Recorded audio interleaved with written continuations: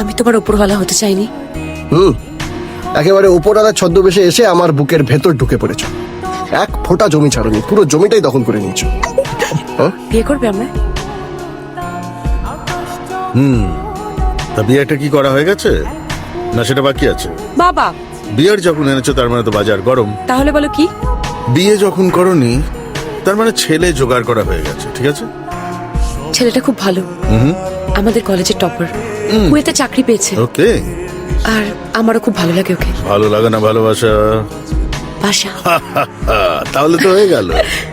তোর ভালোবাসা মানেই তো আমার ভালোবাসা। বাবা কি? মজা করো না প্লিজ, আমরা ভীষণ সিরিয়াস। আরে আমিও তো সিরিয়াস। শুধু কি শুধু?